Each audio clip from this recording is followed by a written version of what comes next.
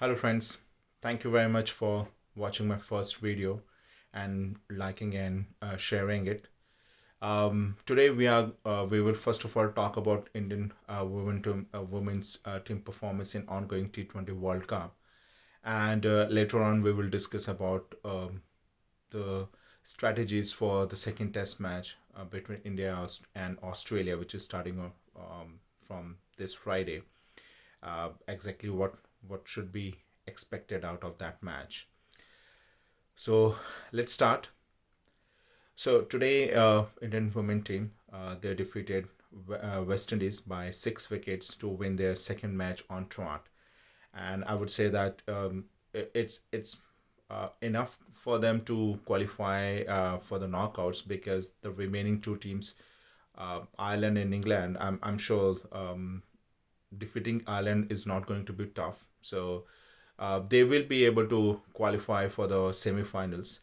Uh, but the main job is to avoid Australia, the red hot team, which uh, was defeated only once in last 2 years. That's also by Indian team in semi-final, and for that India has to win all the matches and they have to top the group. So yeah, defeating England will be tough, but winning against Ireland is not going to be that much a challenge. Talking about today's match against West Indies, Indian girls they played fantastically well.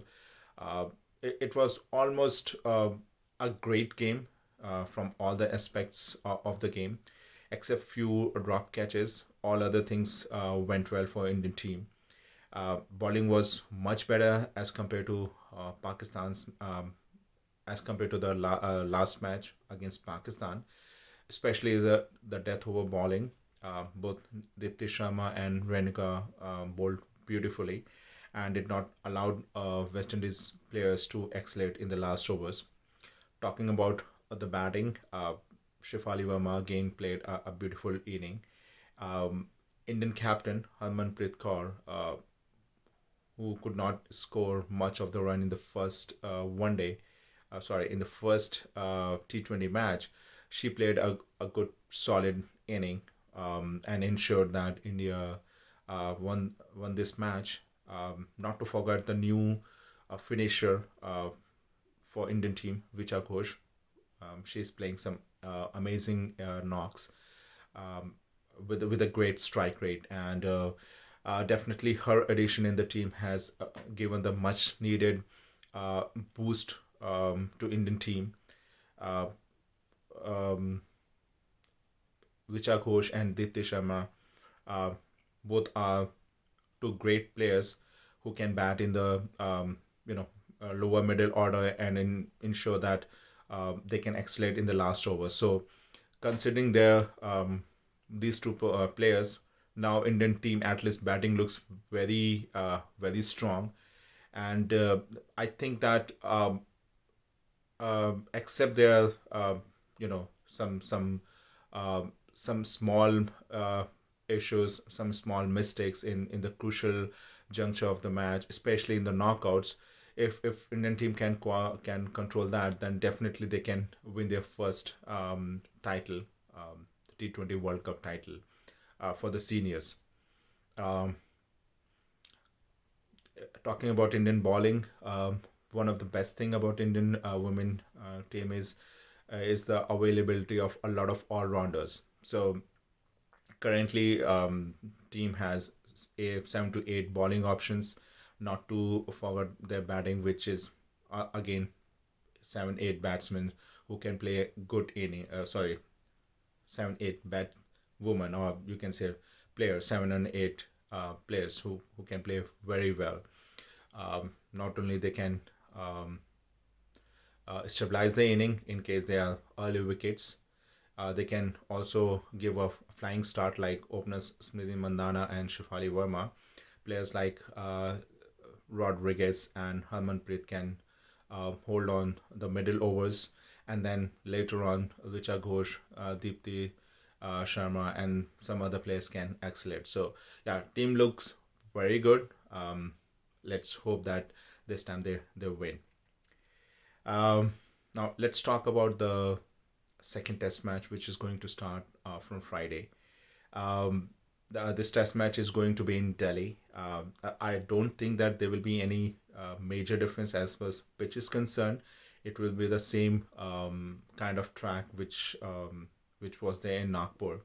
The only difference can be um, the only difference which I believe will be the weather. It's still winter is still there in Delhi, although it's only for the initial part of the morning. There's the temperature is pretty low compared to if you compare it with Nagpur. So what I believe that seamers will get some help in the first 1 hour of on every day, but rest of the time it will be spinners who are going to rule, and they will be the deciding factor.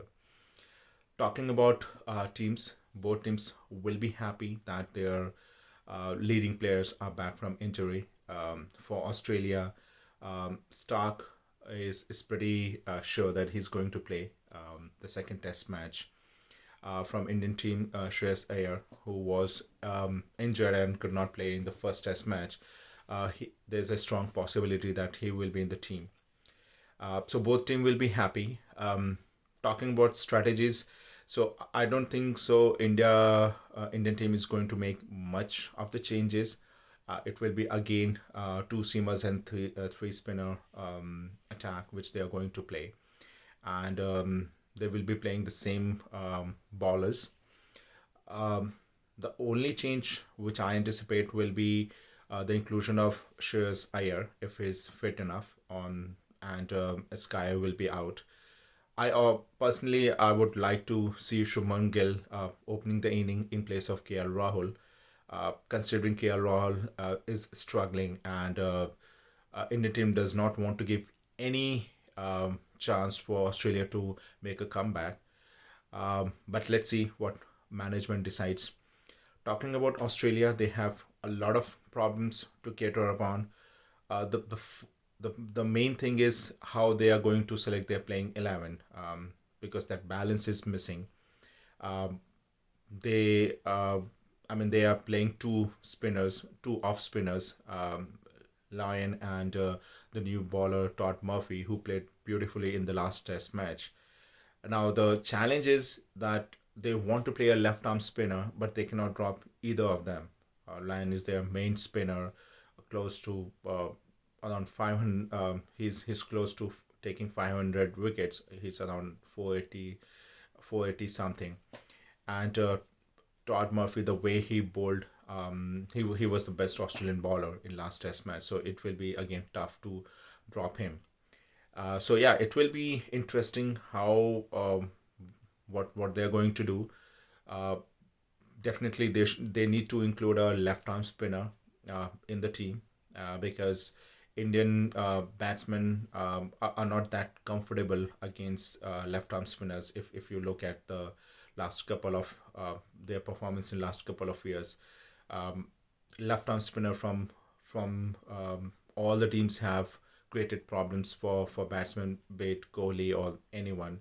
Uh, it from even in the last Bangladesh says the left arm spinners, three left arm spinners of Bangladesh, they created a lot of trouble for the Indian bowlers, sorry, Indian batsmen.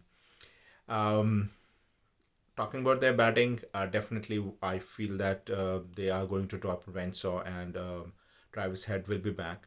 There's also unconfirmed reports that they might drop David Warner and push Renshaw to open with Usman Khwaja. That might be a possibility, considering David Warner is not in good form from last 1.5 years. Except one that double century against South Africa, he has struggled from a very long time, and calls for his retire for and there are pressure on him to take retirement. So you never know; they might take that decision. But Warner is a big match player. So you never know what he can do. So um, So yeah, this is about the Australian team. They have a lot of things to ponder upon. Talking about the pitch and conditions, they are going to remain same. I mean, as compared to Nagpur, I don't think so. There will be much of the difference.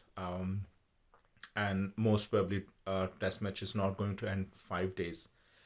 It will get over by fourth day at max. So great. So that's all about my analysis for the second test match. What things are going to happen on Friday. Once the test match starts, I'll again come up with the after first day play about my analysis. So keep on watching, and please like, share, subscribe, and share your valuable comments so that I can go ahead and I can, work upon your feedback. Thank you very much. Have a great day.